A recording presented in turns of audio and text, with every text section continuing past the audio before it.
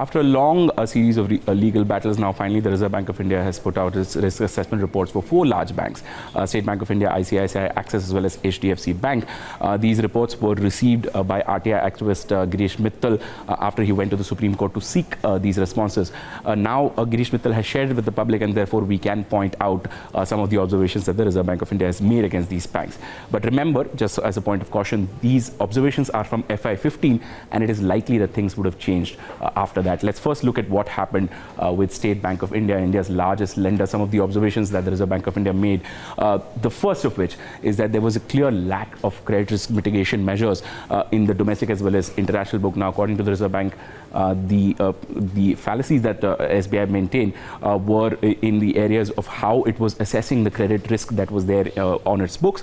It also did not follow certain norms such as creating charges, as well as how exactly it was monitoring those funds. The second observation that the Reserve Bank of India has made is on the restructuring norms. Now, according to the RBI, the bank did not follow certain norms with respect to following JLF guidelines, Joint Lender Forum, which was how accounts were restructured back in the day. It also did not follow certain norms with the technical evaluation study. In fact, in certain borrowers, the technical evaluation study pointed at one way the company would progress, but in the following years, it was observed that the company's business turned out differently. Next, the RBI points out that the bank, SBI, has put a lot of dependence on SBI Capital Markets as its credit advisory as well as restructuring advisory body. And even in the advice that SBI Capital Markets gave, it glossed over some of the issues, inherent problems with the way the company was functioning as well as its viability. The RBI pointed out specifically Jyoti Structures as a case where the advice that was given was not adequate, and therefore any decisions that would have made could be brought into question. Now let's look at the next bank in this list, and that is ICICI. After FY15, ICICI went through a lot of problems with respect to NPA, with respect to Chanda Kochar leaving. But back in the day, what the RBI noticed was that there were clear inadequacies in the credit appraisal process. According to the RBI, the ICICI Bank's credit appraisal process was far too liberal, and therefore companies were getting loans even when they did not deserve them.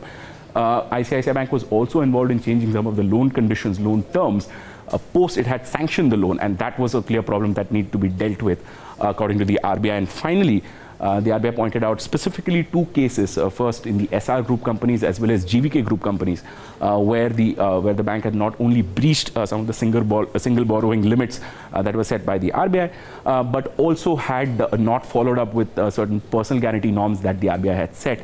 And therefore, there was obviously a clear mismatch between what the bank assessed as its securities and what the account actually held. Next bank, where again a lot of the problems that had come up since FY15 was Axis Bank, and there the RBI pointed out first and foremost that there was a very high concentration of unsecured loans on Axis Bank's books. Nearly a fifth of the bank's books were unsecured, bank loans were unsecured, and that was a clear problem. Even when loans were secured, according to the RBI, the kind of securities that the bank held against those, financial collaterals that the bank held against those loans, they were not adequate to cover the outstanding loan amount. The RBI also pointed out that the bank did not monitor the flow of funds, not only the end use of funds, but also the flow of funds between group companies, wherein a group company can borrow certain money, divert it to another group company, and of course, that money goes out of the system. So clear lack of monitoring there, according to the RBI. It also pointed out that within market transactions, wherever dealers took positions in these market transactions, according to the RBI, they took it with a very high risk stance, which was not in conjunction with what the bank had set for itself. And therefore, that pointed at inherent risk on the bank's book, but also a lack of compliance culture within the dealer's room at Axis Bank. Finally, the bank that Reserve Bank of India pointed out was HDFC Bank, where, of course, you did not have some of the legacy NPA problems like the other 3 banks, but there were clear violations of KYC norms. Now, RBI pointed out that more than 32 accounts were found where there was a clear violation of KYC and AML norms. Of course, for HDFC Bank, with its large customer base, 32,000 may seem like a small number, but for the Reserve Bank of India, that is an important number. It also said that because of the lack of KYC and some of the related issues, there were high instances of frauds that posed as a high external risk.